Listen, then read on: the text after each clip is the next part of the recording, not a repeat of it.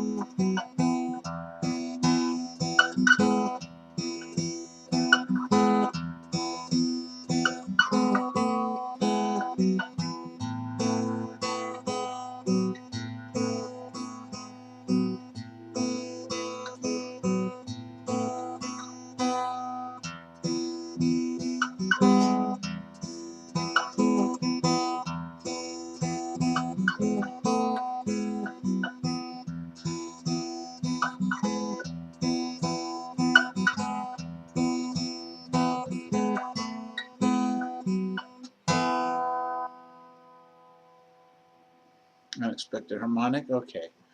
So that was kind of sloppy, but we'll stick with that. And make a minor adjustment here. Make a little clatter in the background. Pull the mic up. Hello. Okay. I wasn't here last night, obviously. As I said, I was writing and doing other stuff. Anyway, got a few things to share with you tonight. Hope you enjoy it. I'm going to talk a little more about consciousness. Go figure. Favorite topic on this channel.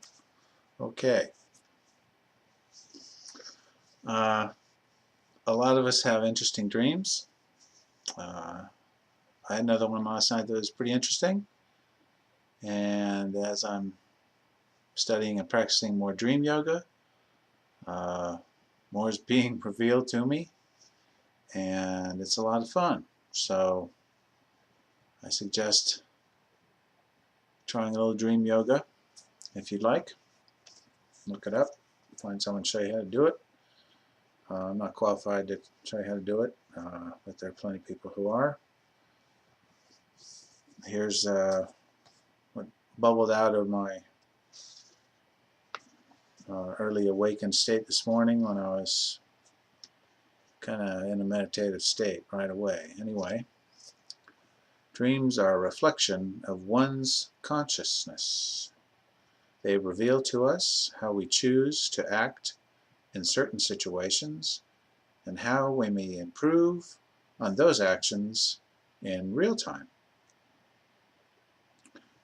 As we expand our consciousness, we are better able to act more appropriately in both dream and awakened states.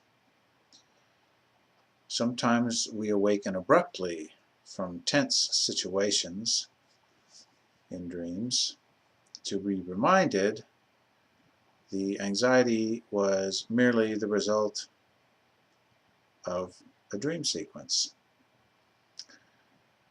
This also happens in the awakened state during the day.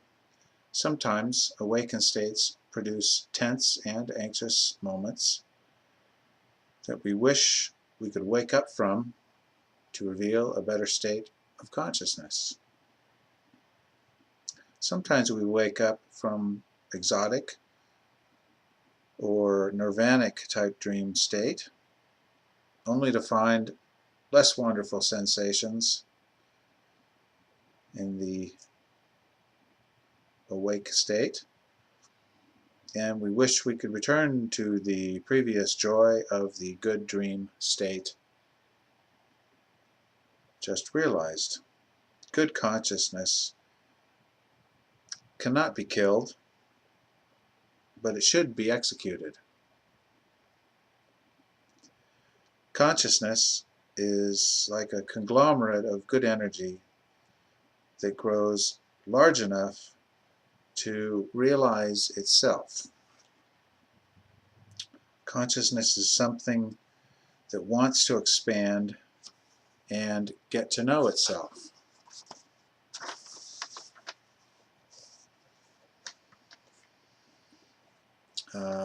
Yoga, meditation, any kind of contemplative process helps the awakening of the consciousness. So I highly recommend it. What else have we got here? Okay. It's a little out there, but I think it's par for course. I remember someone gave me too much hallucinogenics at a party one time. I didn't even know I was ingesting it.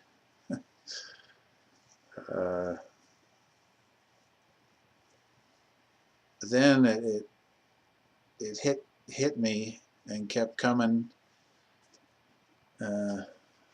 on until I realized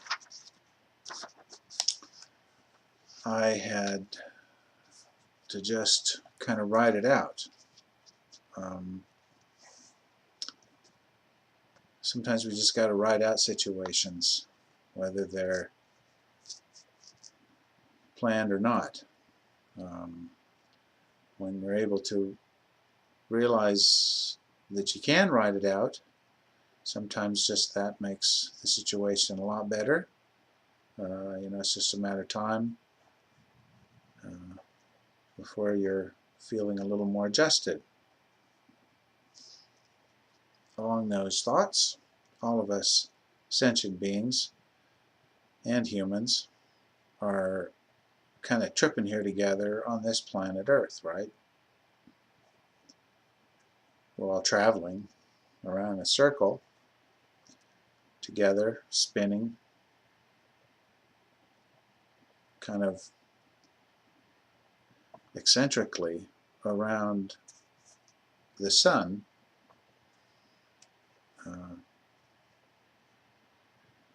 Our sun provides with most of the light energy required for our physical existence.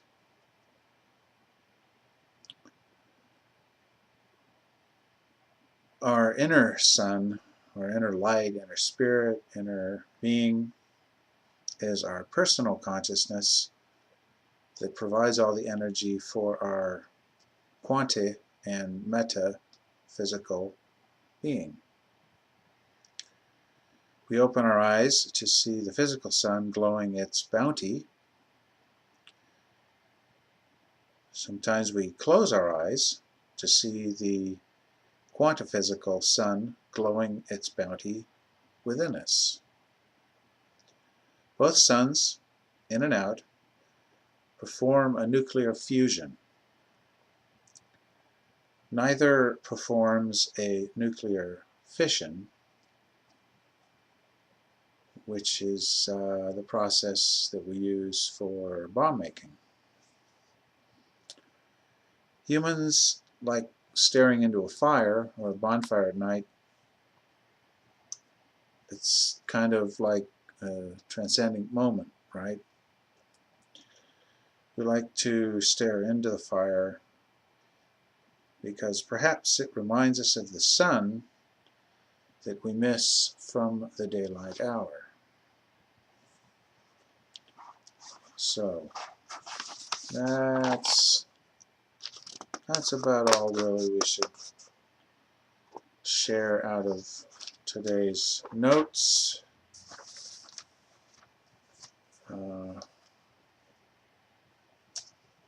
With one small reference to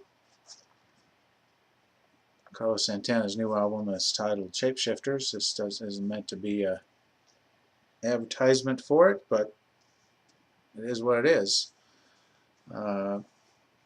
We've all heard of shapeshifters from Native American societies and other societies.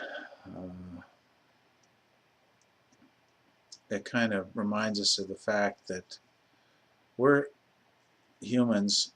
We are shapeshifters. Our consciousness takes a physical form in our bodies to manifest the goodness that creates or that comprises consciousness. We can really become any physical form we desire to be for good cause.